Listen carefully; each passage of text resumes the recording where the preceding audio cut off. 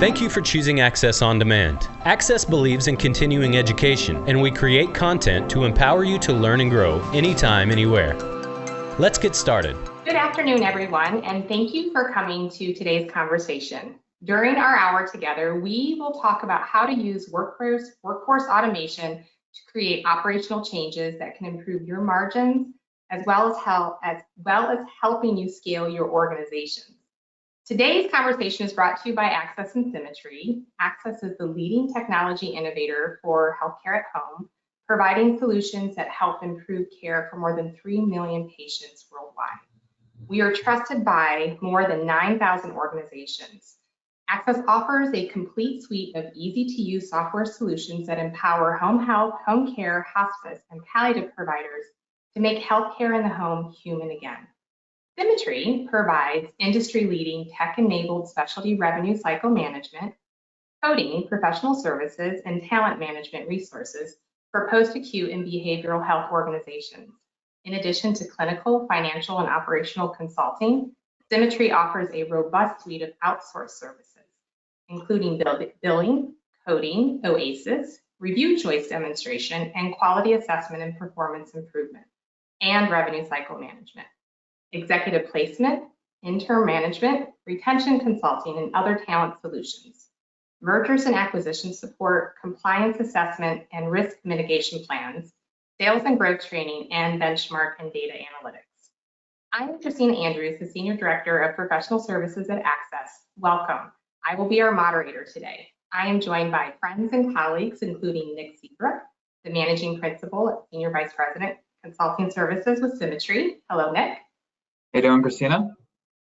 As well as Trisha Crissman. Trish, welcome. She is the Vice President and Chief Operating Officer of Common Spirit Health at Home. Welcome, Trish. Thanks, Christina. Good to be with you. And John Guckner, the Chief Operating Officer of the Pennant Group. Welcome, John. Thank you. So glad to be here with you. We are asking and inviting you to send us questions through the chat function. If we have time at the end of our session, we will ensure to follow up. If not, we will do so thereafter. So let's go ahead and get started. Recently, Axxess and SimiTree conducted a care at home survey asking the industry what challenges they're anticipating having to navigate through 2023. And they responded. The number one pain point continues to remain recruitment and retention, followed by reimbursement rates, compliance, the ability to scale operations, as well as growing their market share and census growth. Both John and Trish, they share those common concerns within their organization. And so I'd like to start, John, with you today and ask you how prioritizing these challenges within your organization, and how are you ensuring aligned with that focus and prioritizations? Yeah, Christina, happy to jump in and share some thoughts. And you cut out a little bit, so if I get anything wrong with the question you asked, just rephrase it. But I'd say a few things, and you spoke to them in your opening comments about scale and about growth. And ultimately, our purpose within the industry, and certainly at Pennant, is to be able to grow our ability to provide life-changing home health, hospice, home care services, care in the home. And the only way we can do that is to identify, find, retain, develop, and ultimately serve the best people. And so our focus as an organization is really about how do we change our approach, right? We're in a different environment than we've ever been in. It's more competitive for talent. So many folks left the workforce through the pandemic. How do we draw them back in? How do we create an opportunity for them? And that opportunity for people is not just financial, although that's a critical component, but it's about making their work meaningful. It's about making sure that they feel valued and connected to the purpose of the organization and the purpose that they complete each day as they go out into patient homes and provide that life-changing care. So for us, one of the focuses right now is how do we continue to better connect our local teams with the mission of the organization, how do we make sure that we are being innovative from a compensation standpoint, from a meaningful work standpoint, from a growth standpoint, so that people feel like they can come here and they can create a career at the Penn Group. I love that. I love how you started with the why. So helping connect your employees today and into the future to that mission and vision. Thank you for sharing. Trish, what are you all doing at Common Health to prioritize and, again, to align your teams to remain focused? Sure. And so articulate, John, and I resonate with so much of what you shared. But you know, to address kind of the where do we start? You know, we've all heard the adage that when everything is a priority, nothing is a priority. And I think, you know, in a vacuum, all of the challenges that we're facing as an industry seem like they should be our number one priority, but everything can't hold our focus at the same time and with the same magnitude. However, you know, while all these challenges deserve and have received our focused attention, we have solidly acknowledged and embraced the fact as well that if we do not fix our retention and recruitment challenges, if we do not solve our people problem, we will not be able to grow our ministry. And so knowing that, as an organization, we have prioritized recruitment and retention above all else, focusing on strategies of boosting employee engagement through refined, attractive hybrid practice structures and competitive compensation and well-being enhancements. We're also streamlining and improving the new applicant experience through our enhanced Common Spirit Health career portal. And we're enhancing and standardizing, you know, new clinician orientation and their onboarding experience through the first 90 days of employment. And, you know, we continue to course correct as we address other challenges and headwinds tied to reduction in reimbursement and, you know, specifically in significant increase in MA plans and overall decline in traditional Medicare, which is leading us down a path of working directly with MA plans and negotiating directly based on our data, outcomes, and volume, and considering more risk arrangements. But as an organization, you know, we're committed to a very robust and aggressive expansion plan over the next 3 years that will challenge us in significant ways as we continue to do more with less. And yet, at the same time, need to grow our ministry. And we're pushing ourselves, really, to think and act creatively and really bravely on all fronts in response to the challenges that need and deserve our attention. But solving for our retention issues and enhancing employee engagement remains our number one focus and priority. Brilliant.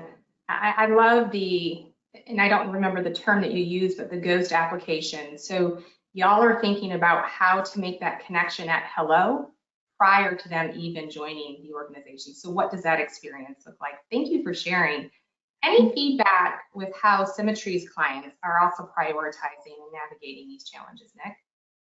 Yeah, appreciate it, and great insight from John and Trisha. I think, you know, if you look at our industry as a whole, I think it's changed very significantly in the last several years. You know, I think if we look at 2020 and 2021, really we were just all putting out fires and trying to deal with the pandemic and doing what we could to survive and making sure that we were taking care of our patients and that our caregivers were safe.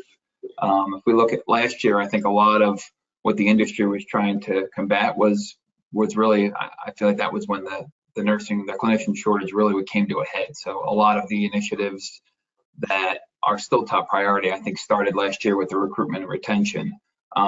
What we've been hearing more of, I would say, in the past several months is really, this is a year of level setting and really determining what that strategic plan is, right? We've been putting out so many fires in the last several years between the pandemic and dealing with the staffing crisis that, you know, kind of taking a step back and looking at from a structure standpoint or from the different initiatives. Trisha, you mentioned something like, you know, MA being you know, taking over from a payer mix standpoint and looking at the penetration that they've had. You know, I think it's been a case of, all right, we need to determine what our strategic plan is on a go-forward basis, whether that's operationally, whether that's structurally, whether that's through some kind of a merger or acquisition standpoint. Really coming up with what the goals of the organization are is I would say one of the pieces that's most top of mind to me when I think about our clients. And I think as part of that, looking at this year in particular, developing and executing on that strategic plan is what we think is most important for our clients. And I think part of that piece too is being really realistic with what their goals are. You know, making sure that you have a set plan. I think Trisha, it was you that mentioned there's so much to tackle, you can't tackle it all at once. So making sure that you're very thoughtful and strategic with how you roll out that plan is really going to be key to executing on whatever those challenges are and prioritizing those initiatives for this year. Love that statement. This is the year for level setting. So thank you, Nick. Well, you all set the stage for our next section here, which is recruitment and retention. As we know, many organizations, as well as you know, both Trish and John, you're not able to care for every referral that comes through the door. We have heard anywhere from 50 to 70% of referrals not being able to be taken under care due to staffing. We're all seeing that competing sign-on bonuses continue to be on the rise, and it cannot be sustained. But really quick, I want to set the tone with some stats here, kind of take us through a time travel journey if you must. In 2030, 1 in 5 Americans will be senior citizens. Right now, our baby boomers are around 78, 79 years of age. Average hospice age of 82. So when we think about hospice in 2024, we will need anywhere from 11,000 to 24,000 hospice specialists to serve that population. But we are only projecting or expecting anywhere from 8 to 19,000. Now, when we think about the population of 65 or older in 2060, 98 million. So I don't want to make the tone negative, but really to set the tone of we have to do something different as it relates to recruitment and retention. So each of you kind of bubbled that up into your prioritization list. Trish, why don't we start with you? Can you highlight specific key strategies that Common Spirit Health at Home has implemented today or deciding to implement in the future to drive overall engagement and retention? Sure, I'd be glad to. But first, I would just kind of make a comment that, you know, there is, and we all realize this, but sometimes it's helpful to say it out loud. There's a vital connection between leadership, a healthy work culture, and the success of our ministry. And like many organizations, Common Spirit Health at Home has a regular yearly cadence of seeking feedback from our employees through what we call the My Voice Employee Experience Survey. And this gives our employees an anonymous forum to tell us, you know, how our organization is supporting them, and it provides insights and resources that can help our leaders understand where we need to improve the level of engagement of our employees and advance our mission-driven, high-performance culture. Last year, when we received our results from the survey, our lowest score in the survey was tied to the survey item, "My work leaves me emotionally drained." Now, we could guess what that might mean in general for our employees, but when we considered our high turnover through the pandemic, and particularly in nursing, like we saw across the industry, we knew we really had to understand what our people were trying to tell us when they answered that question. So we took it further. We conducted in-depth listening sessions across our entire enterprise to understand more clearly what was impacting our employees' well-being and making them feel emotionally drained, and of course impacting our overall retention. The feedback that they provided us around the obstacles and challenges that they were experiencing was substantial, and they were really brutally honest, which was so beneficial. And as a result, you know, we had to kind of collectively take a step back and make some key decisions around what we were going to do with this information that they provided us. And ultimately, you know, it became the foundation for what I'm calling our kind of second transformational strategy for our organization that is now a year and a half in play, that has focused on removing obstacles and enhancing their work experience. And one really powerful example that I can share with you is that during those listening sessions, our employees stated that, you know, after hours call for our nursing staff was a huge dissatisfier, more than I expected. And so we wound up doing some research, and we found a solution through a newly created partnership with IntelliTriage, which began in May of 22, which provides us with after-hours nurse triage services that allows us to remove after-hours call requirements for our home health clinicians and significantly reduces the calls our hospice teams have to receive after hours.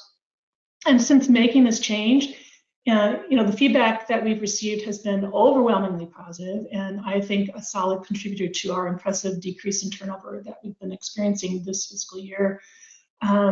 We've also put substantial effort into removing the redundancy and duplication in our EMR, which is another response to their feedback.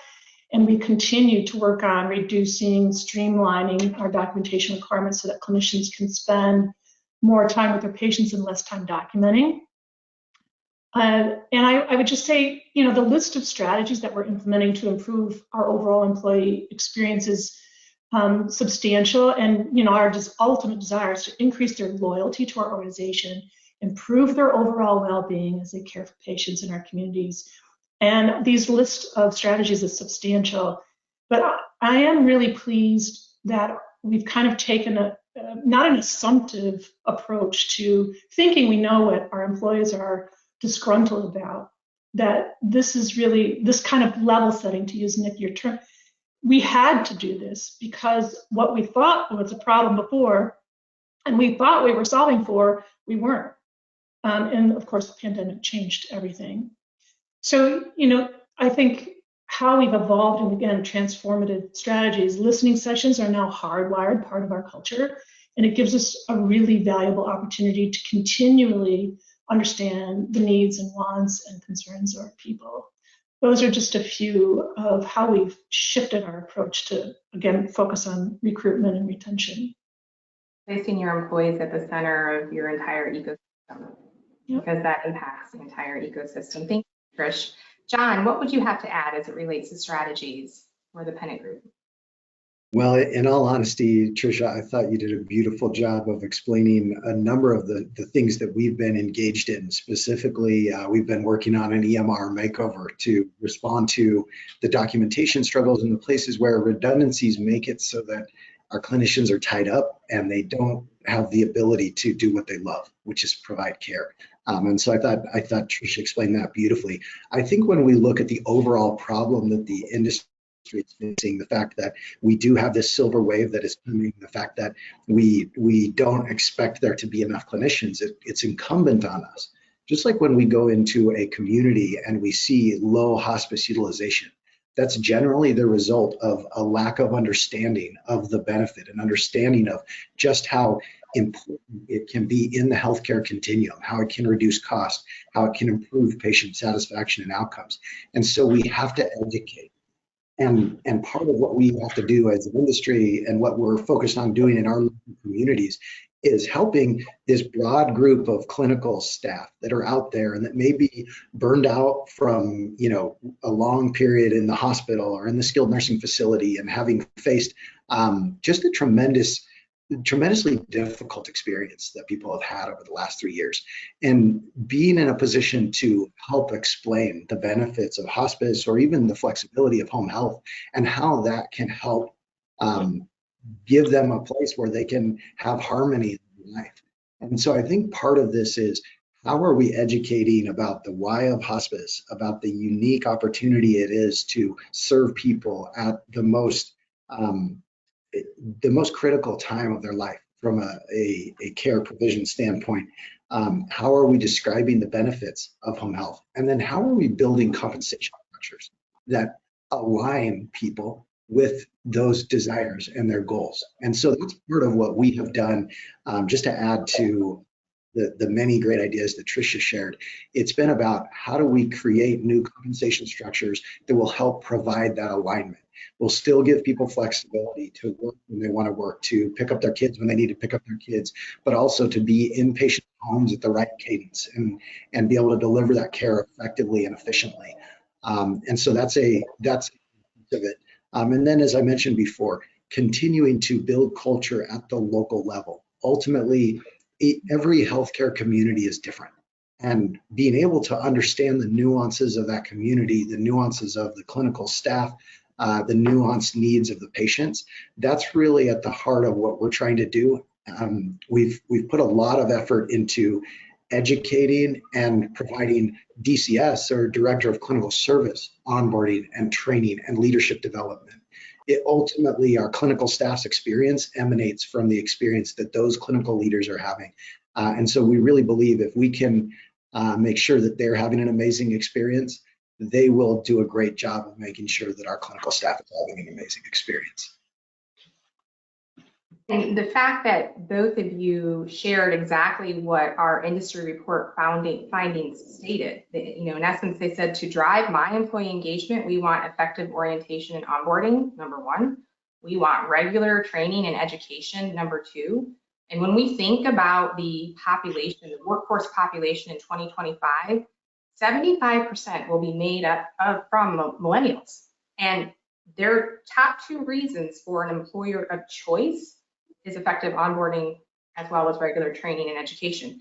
And why is that? It's because it helps them to stay connected to their work. John, exactly to your point. So it makes it meaningful, but it also enables them to have transferable skills, right? And so that just improves overall engagement, career pathing. That work-life flexibility, the ability to be able to work at the top of their function or license and also meet the obligation of their personal life is extremely important. So how we continue to become creative in the care at home industry of how we make that balance a bit more balanced is going to be key.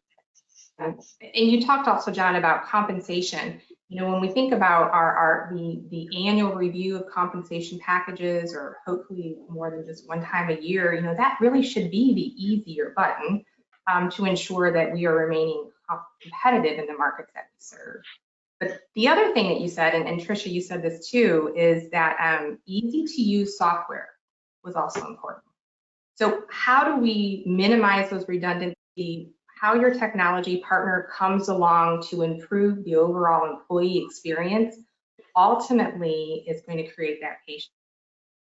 It cannot offset the pain points to the amount that we're having to pay for our turnover. So if we can use technology to offset those pain points, it will help to balance that equation. So I love that you all teed that up very well. Nick, I know that employee engagement is a huge focus for SimiTree. So what are some of the best practices that SimiTree is offering to drive employee engagement in the care at home industry? Yeah, I think great feedback from all three of you on that. I mean, I think the reality of the situation is right now there's just not enough fish in the pond, right? And unfortunately, there's not just the home health and hospice boats that are doing the fishing. We're competing with an entire healthcare continuum. So I think when we did some health visits yesterday down in DC with a couple of the state associations, and one of the messages, we were really trying to get more folks to sign on to the Better Care, Better Jobs Act. That's really, I think, the more we can try to drive that home and really try to support the legislators to sign on to that bill, that's going to really open up the door to create more jobs. That's what we're trying to do, right? We're trying to get more and more caregivers out there for us to hire. And so I think it starts there, with some of the advocacy there to try to create more jobs. I mean, one of the meetings I had was with the Connecticut Association for Health at Home, and they had indicated that there were 10,000 applicants to nursing school this past year. Of the 10,000, only 2,300 got accepted.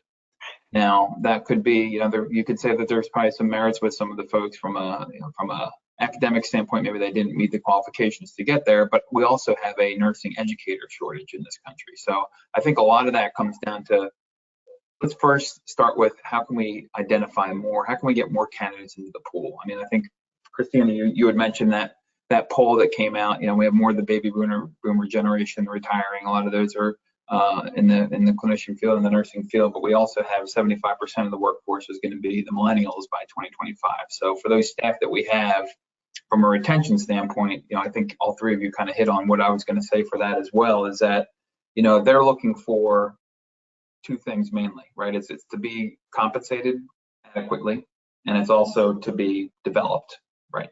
And I think part of that is what is the culture that your company is identifying. Trisha, you mentioned culture being a key piece, and John, you mentioned as well, having culture be a key piece more at the local level. But that same survey showed that only 29% of those millennials are engaged right now, right? So it's how do you engage? You know, again, I think it comes down to your training, your onboarding, your mentor program. What kind of leadership training are you giving these folks? What's the culture you're developing? Those are the key pieces. But really the two key recommendations I was going to have are, Christina, you had mentioned them. One would be the survey comp, right? And I think part of it is knowing here's what you're offering those folks and here's what your competitors are doing. John, the other piece to that is what you had mentioned is sometimes you got to get creative, right? With these compensation models, it might not be just salary. You got to look at kind of what in addition to that, what are the benefits around it? Is there any kind of bonuses that you can tie to it? I know a lot of folks right now are trying to do sign-on bonuses, retention bonuses, but are there other creative bonuses, whether it be based on company performance, that you can also try to tie into their package to again be something that's more attractive for potential employees. And then the other piece is just the culture piece, is really purposely having that culture of developing staff. That's something that folks are looking for. They're looking for that purpose, not just to serve the patients, but also how can they have a purpose within the organization. So I'd say those are the two key pieces. That purpose, mission-driven statement. So thank you for rounding us out. While you still have the virtual mic, if you must, you know, SimiTree has become an ecosystem of service lines. Intentionally, you know, SimiTree has recognized these challenges and diversified your portfolio to help solve for these challenges. The industry report shared specific strategies that they are considering to help drive higher margins, such as increasing productivity requirements and decreasing the number of visits provided within the episode or the benefit period. So do you mind just taking a moment to share a few industry best practices that help organizations manage within these two specific areas? Yeah, I would say a lot of this comes down to one word. It's planning, right? I think it's planning, and I think part of that key, you know, if I'm looking at from a productivity standpoint, planning starts with the retention piece, right? If you're consistently having high turnover and you're consistently having to hire new staff, those staff aren't going to be as productive day one as your seasoned staff who have been here for 5 or more years. So that's, you know, I would say that's one of the key pieces when we're talking about retention, is that, you know, from a productivity standpoint, I'm looking at overall productivity of my organization. I want to be, you know, it's probably going to be tied to what my turnover rate is.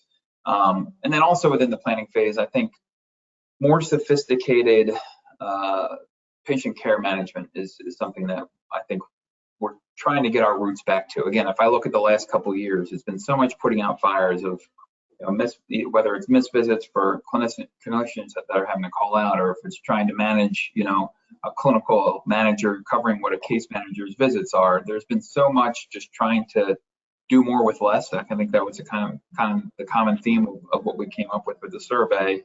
You know, that comes down to, you know, trying to get as many clinicians out there making as many visits as possible. So I think that whole patient care management piece of better planning, you know, looking at how are we helping and planning care for these patients. I think that's something that's turned into a global issue where we're not assessing the patient and really taking in the full picture of whether we're not getting the therapy eval out there quick enough, and we're just having the nurses feedback to develop that initial plan of care, not having case conferencing taking place on a regular basis, not talking about the appropriate patients, and that's going to impact your LUPA numbers, which in turn is going to impact your profitability as well. So really having a robust patient care management program is something that I really think is most important to controlling, you know, driving those margins from a productivity and a cost standpoint.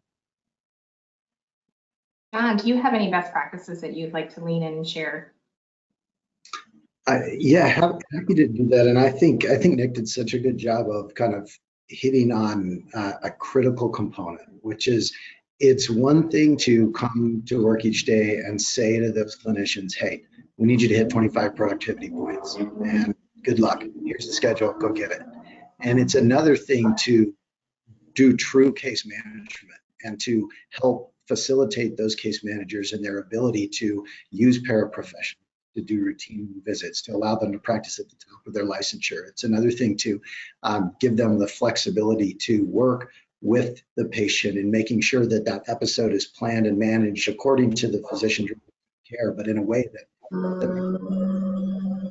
and so I think there's a couple of things that I would highlight, and one is, of course, technology, continuing to provide better data and support to our clinical folks as they're care planning, making sure that we understand for different levels of acuity and different conditions, different diagnoses, what are the best practices, and making sure that we're not just relying on legacy practice that maybe was developed 20 years ago, but instead we're looking at the data and we're looking to deliver the best clinical outcome as efficiently as possible. Because if we can deliver that effective clinical outcome on a visit less per episode, it doesn't just make it more cost effective or efficient, it also improves that clinician's ability to see another patient with those hours of the day. So using technology effectively would be at the top of my list, and making sure our technology partners have done such a good job from in a variety of different ways of providing different ways to look at things and different ways to flag things in our systems so that we can make adjustments and changes throughout the care planning process. But a lot of it is new. A lot of it requires training and education and development. And again, if our approach is just go hit 25 productivity points, we're missing the boat and the opportunity to show those employees that we value them and that we are there to help them succeed. I think the second piece is just, what is that interaction with the remainder of the organization like? So are they getting opportunities to come and ask questions? Is case conference happening effectively? Do we have the right level of clinical leader involvement, of workflow support, of physician involvement, the right level of support, so that particularly as we draw in younger clinicians who maybe have less experience, they feel like they're not on an island. Even though they're out providing care on their own, they have the ability to call on the right clinical support, because nobody, especially in our field, these clinicians are passionate about providing great care, and nobody likes to be in a situation where you're not sure what to act. And so we've invested in different forms of training and development tools to continue to expand their clinical knowledge and understanding, but also just making sure that our local leaders recognize that our number one job, or one of our key priorities, is to be available to our clinical teams so that we can answer those difficult questions and help make sure that we keep the patients out of the hospital, but also that our clinicians can confidently execute on care delivery. Love it. I love how you use the term technology efficiencies. I think of a nurse on the shoulder, in essence, providing that guidance, to our clinical teams while they're out there being the CEO of, their own care management team. And so how does that improve overall competency? They can lead with confidence, equating to their overall experience as well as the patient bedside experience. So thank you, John. Trish, do you have anything else that you would layer into the best practices to round us out for this section? Yeah, John and Nick, you covered so many important facts. I think for me, that in our organization, the reality is that improving productivity and visit management is really a tightrope, where falling off can pull us backward around our progress toward the retention of our employees. And it can be a slippery slope to just kind of increase productivity at the risk of increasing turnover again. And so to say that we're mindful of our varied approaches is an understatement, to say the least. But we've had some success so far by not being cavalier and just pulling easy, quick levers like increasing productivity points and thresholds and expectations, because that's essentially, John, you articulated so well. It's basically essentially telling our employees that, well, you need to do more, but we need you to figure it out and how to make that happen. So, there's no partnership and there's no respect in that approach. So we really try to avoid it. As we've mentioned earlier, we're really trying to streamline documentation and reduce redundancy and duplication in our EMR.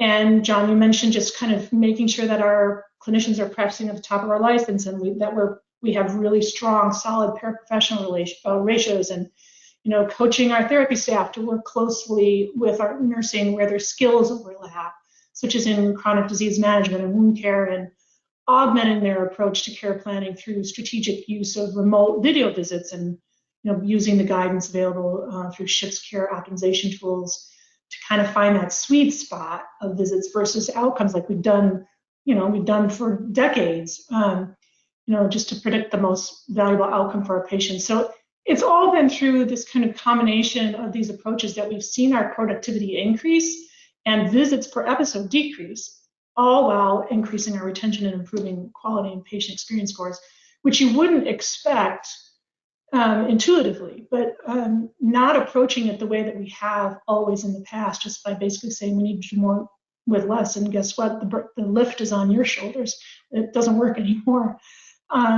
So, I think that as much as we can have the clinician front of mind and also behind the scenes, centralize and automate as much as we can in the back office to improve overall efficiency and to decrease the red tape and the operational processes that get in the way and delay clinicians from providing care to patients. That's a huge piece of this whole productivity component as well.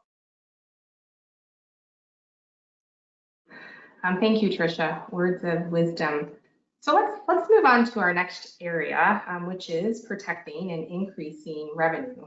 And so I feel like the entire virtual audience here, we share a collective why. In essence, serving more who are eligible for our care, who need our care at the right time. And part of driving a higher margin is an organization's ability to protect and increase hard-earned revenue. So the question for our panelists today is, what key strategies have you implemented and are currently monitoring to protect and increase your revenue? John or Trish? Sure. So protecting and growing our revenue, expanding our ministry to care for more people who need our help every day is, and always has been and always will be, a key strategic priority for us.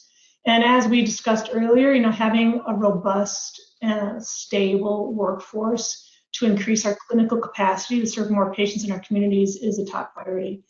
To drive top-line improvement. Along with recruitment and retention, we have internal and external strategies that we're employing. One of them is a new sales strategy utilizing a health at home navigator that are post-acute experts and embedded in care coordination departments in our partner hospitals to drive earlier and increase referrals to home health, which also increases system integrity and system utilization of home health with our partners. I also think, the health at home navigator for us is a key strategy to help drive improvement in the length of stay for our hospice patients facing the end of life, which we spoke to a little bit earlier. I think also I would name that there's significant focus for us at Common Spirit Health at Home over the next couple of years around our payer strategy and relationships, where we've focused on kind of aggregating our significant and disparate commercial contracts under some standard and consistent terms, and assuring that our contract fee-for-service rate schedules cover and can keep pace with the cost of providing those services. And then, positioning our entities to be able to participate in incentive-based contracting and payer specialized programs like social determinants of health and wound care, et cetera.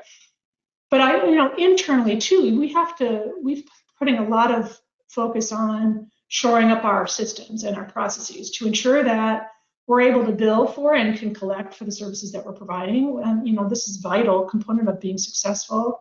Having tighter controls over things like face-to-face review and authorization management upfront, I think are critical to avoid payment denials and recruitment on the back end. And a key combination is having an EMR that allows us for those tight system controls. But the only way that we can be successful with that is if we ensure that processes are followed at all layers of our organization, including the back office, frontline staff, revenue cycle functions, and being agile and responsive enough to keep all ships afloat and as real-time needs ensue. So KPIs for us include revenue adjustment ratios relative to write-offs, allowing management by exception by both payer and location. Other KPIs to kind of protect our revenue, unbilled ratios, DSO, bad debt ratios are all important to monitor, not just occasionally, but frequently, and to manage again by exception. And lastly, I would just say, protecting our revenue is, we have a really robust analytics ecosystem, and it can make a really vast difference here. And we take our business intelligence and data analytics very seriously because it enables us to, work with our back office, our sales staff, our revenue cycle, to ensure that all the required information is attached to each bill and prevent write-offs or ADRs, which of course slow the time to collect our revenue. But I think that's really, from our vantage point, a really important component of a revenue protection strategy while we continue to try to care for more people who need our help every day in our communities. Trish, and a lot of wisdom in that, and I really appreciate you sharing the sales strategy as part of increasing and protecting your revenue, and the fact that you use the term being agile enough, because that tees me up for my introduction to, in a few weeks, Nick and I are going to be joining each other for the Axxess Agile Conference here in April. And Nick, you're leading a session that speaks specifically to accelerating cash through revenue cycle management with the use of KPIs. So are there any other additional KPIs that you would recommend in addition to what Trish just highlighted that the care at home industry that's joined us today can focus on to impact? Yeah, absolutely. I think you have your typical traditional metrics that you look at specific with your billing department, like DSO or day sales outstanding. Essentially, how quickly are you collecting your AR? Days to final claim would be another good metric to look at. But Trisha, one that you mentioned that I'm glad is kind of one of my favorite ones to look at on a regular basis is the unbilled percentage, right? How much revenue do I have that right now I could bill, but I can't because it's being held up for unsigned orders, or maybe there's something from a clinical standpoint that's holding the claim up from being billed. But we look at that metric and we say that the benchmark for that is that your unbilled should represent no more than 10% of 1 month's of revenue. So if you go back and take a look at what your level is for that right now compared to that benchmark, that's, I think, a good barometer, because if you're not getting those claims out the door timely, you're probably going to be lagging on your accounts receivable and your ability to collect that cash on a regular basis.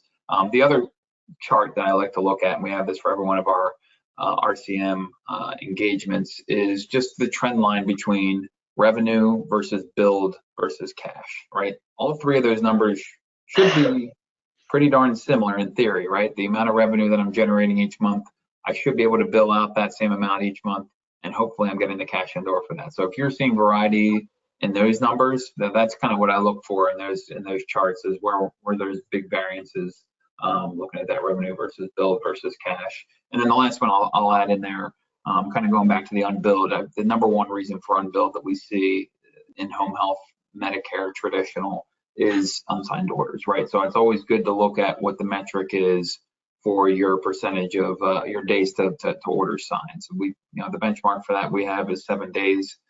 The other way to look at it is how many do I have that are outstanding over 30 days? What's my percentage of orders outstanding over 30 days? That's another good metric to look at on a regular basis, because it usually is going to go hand in hand with that unbilled percentage. Thank you, Nick, for highlighting those notable KPIs. I'm sure people were taking. So let's lean into our next section here, and really it's about regulatory challenges and patient care. Quality care is clearly a concern for the industry and will continue to be a major focus here in 2020. That said, there seems to be mixed feelings on the impact of regulatory changes on patient care in the coming year. The industry report indicated that while 4 in 10 feel quality care will decrease due to lower reimbursement rates, and a third feel there will be a decrease in the number of referrals admitted, we had similar numbers that stated that they feel value-based methodologies and increased compliance scrutiny will lead to improved care. and also potentially enabling them to admit more. So John, why don't we start with you? What impact do you feel regulatory challenges will have on overall patient care? This is a great question. And I feel that, when you look at the environment that we're operating, I was going to add to what Trisha and Nick had talked about a little bit about revenue protection. We are in the most aggressive enforcement environment in the last 10 years that I've been a part of this industry. There are more UPICs and RECs and SMRCs and certs and all kinds of audits. The government is being very aggressive in coming out after and auditing. And the OIG was very clear they were going to do that 2 years ago in their work plan. And so we are in a high enforcement environment.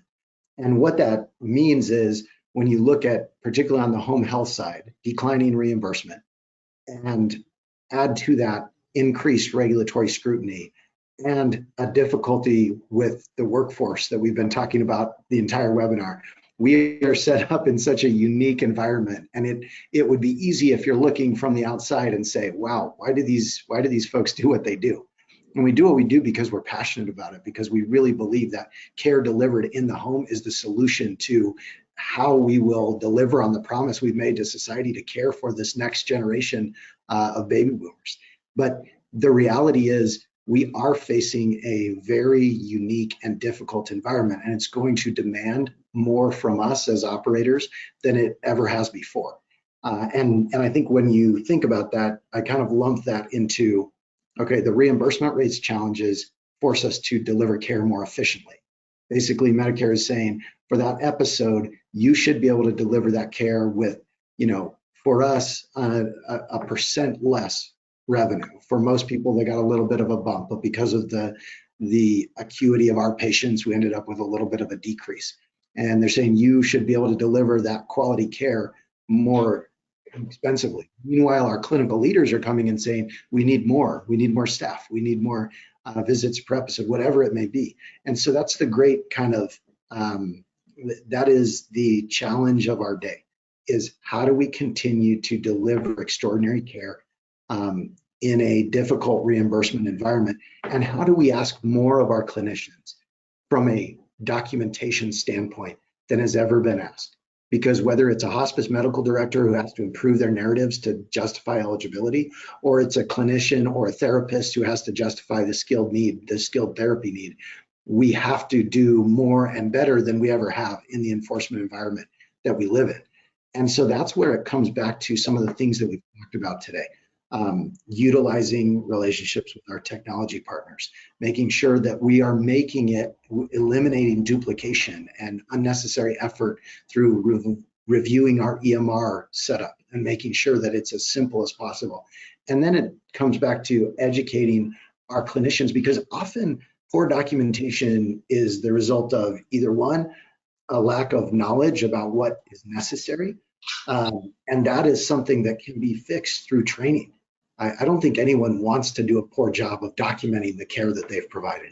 It's sometimes, though, there's a competence question. There's a need for more knowledge and helping people understand what they need. And then the other side of that coin is there's accountability. And we have to, as an industry, as an organization, in our local levels, there has to be tremendous accountability around documentation quality. Because if we don't do a great job documenting in the enforcement environment that we live in, we will not only have received less reimbursement for the care we provided, but we'll have to repay some. And that will make it even more difficult to make a margin.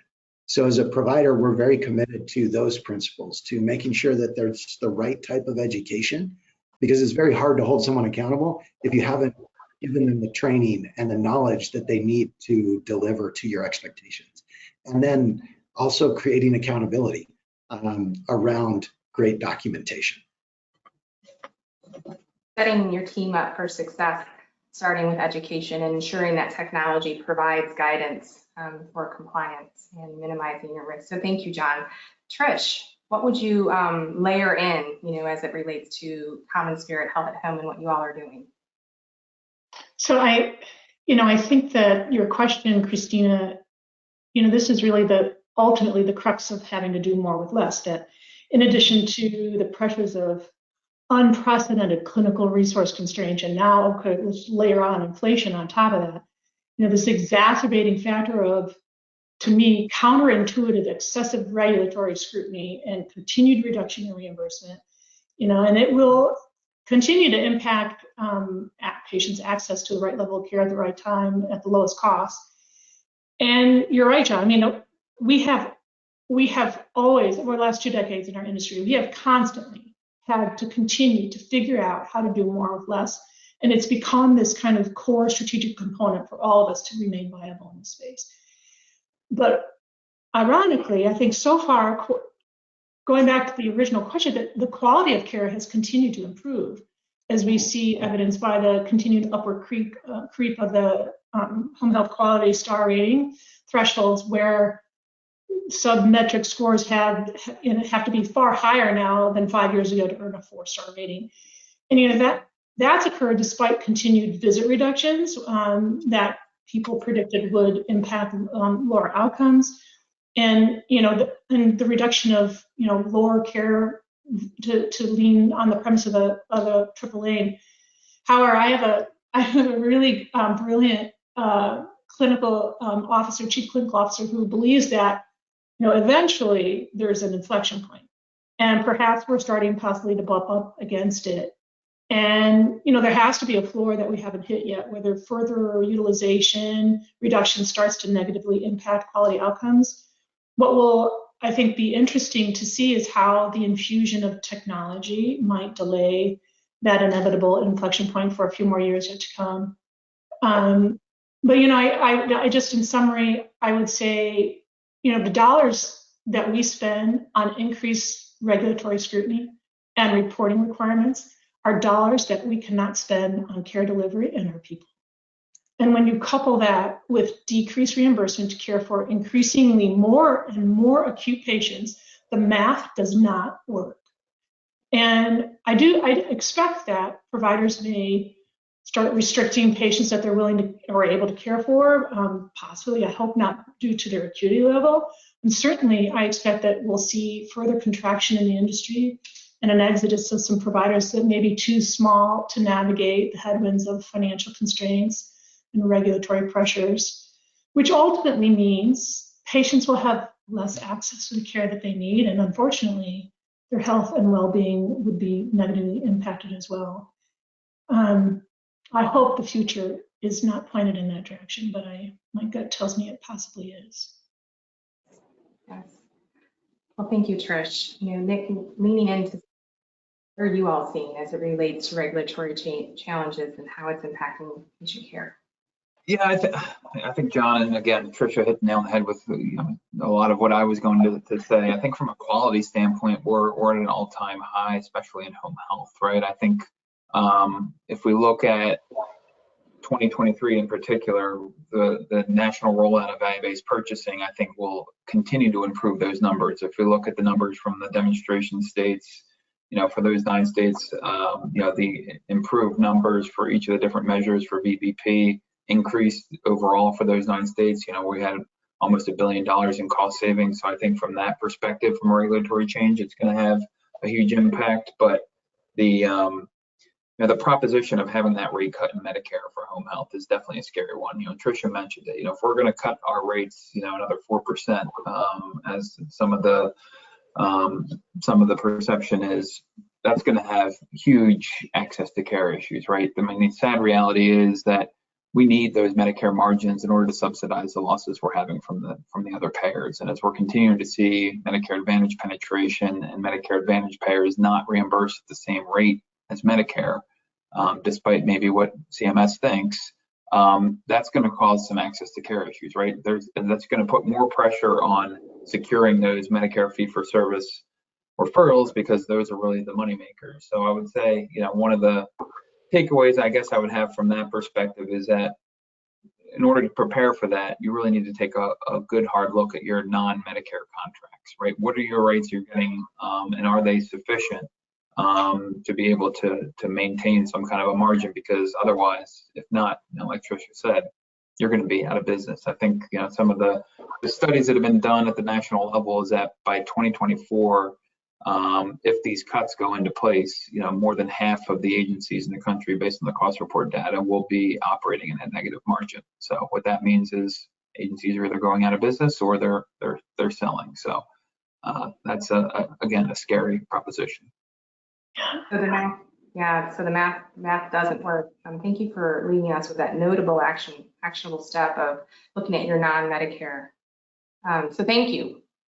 You all have done an amazing job at peppering technology through the entire theme of this conversation and the impact that that has on employee retention as well as engagement. So I want to shift it a little bit more towards improving patient care and align with what the survey indicated. Survey reported that more than 50% of the respondents feel that technologies that provide prescriptive analytics, predictive analytics to help identify changes and necessary interventions to prevent patient decline overall can improve patient outcomes. So John, I feel like you've spoken to this a little bit, as well as you, Trish. So do you have anything that you would like to add as it relates to the technology's role in helping to provide prescriptive analytics? Yeah, I think it's critical, and it's one of the great, maybe miracles the wrong word, but it's one of the great innovations of our day are the solutions that are available from technology partners that help us to recognize and predict what a particular diagnosis and a particular rate of acuity needs. Now, that doesn't mean it replaces the ever important clinical judgment that goes into caring for a patient. That will always be at the heart of what we do. But using the right predictive analytics, using the right technological solutions can make such an impact in the care planning process and allow our leaders, what I believe data does and what information like we have available to us now is it allows leaders to then use their wisdom, their judgment with the best possible information to make the best decisions. And ultimately, that's our charge, is to care for patients in an extraordinary way, to deliver extraordinary clinical outcomes, and to change people's lives, and to do it efficiently with less reimbursement, and to document it well so that no question can be asked about whether those services were justified. And at every stage of that analysis, every stage of that effort is benefited through great technology.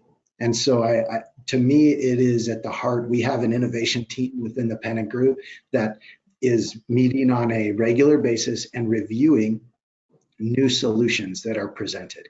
And we have to, because there's so many amazing people doing so much amazing work. And we want to be on top of it. We don't have the bandwidth to do everything, but we want to find the best solutions. We want to pilot them in local operations. And when they produce great results, we want to broadly apply them across our platforms and offer them to all of our affiliates so that our patients can benefit from them. Love that you all have the innovation team within your ecosystem. So thank you for sharing that. I know we only have a few moments left. Trish, do you have any innovation that you'd like to lean into and offer as it relates to best practices? There are many, and I'm glad to say that there are so many that we don't have time to cover all of them right now. I feel the same way as John does, but I don't have an innovation team like that, so I'm going to have to ask for that in this next budgeting cycle. But I think I would just kind of wrap up just saying, technology is, and will continue to impact us profoundly around patient outcomes and patient experience. Our challenges are around helping our clinicians understand that this is a good thing and that more is better, and to look forward to the next solution that comes down, because there will be more and more that come out that every single day that we should be welcoming to help us care for more people who need our help every single day. And I'm excited about possibly a new generation of nurses that we can have educators to train that graduate from nursing school that are technologically savvy and really eager to use everything coming down the pipe. It'll position us to be successfully rewarded because we advanced the AAA in providing better care for our patients, improving their outcomes, and reducing healthcare costs overall. So that's what I would wrap up my comments around. Love it. I love it. And I think that's a beautiful way to wrap up our entire session today. Nick, in a few moments, do you have anything else you'd like to add as it relates to assessing technology partners? I would say, kind of three key takeaways. I would say, number one, what did we talk about most today? I think was retention of staff. So I think when you're evaluating technology, I think you have to keep that in mind. What's going to be the biggest, from a technology standpoint, what's going to be the biggest thumbs up for your clinical staff? Number two is the data. We talked a lot about data and reporting, and I think it's important as we're making decisions a lot of times on the fly to making sure you have access to real-time data and reporting. And then number three, what makes your back office, your revenue cycle more efficient? I think those are really three considerations you need to take into consideration when you're doing that technology evaluation. Brilliant. Well, thank you, Trish, John, and Nick for joining us today and offering your valuable insights. I trust that this conversation provided each of you who joined us today with actionable insights that you can implement today and into the future. So until next time, take care, everyone. Thanks, everybody. Thank you. Thank you for joining our on-demand training today. Axxess is the only home healthcare technology company approved by the American Nurses Credentialing Center to offer continuing education credits and the most recommended home health software on Software Advice. You can watch more on-demand training videos through our industry-leading help center or at axxess.com, where you'll find tutorials, blogs, white papers, and answers to frequently asked questions. Axxess, empowering care anytime, anywhere.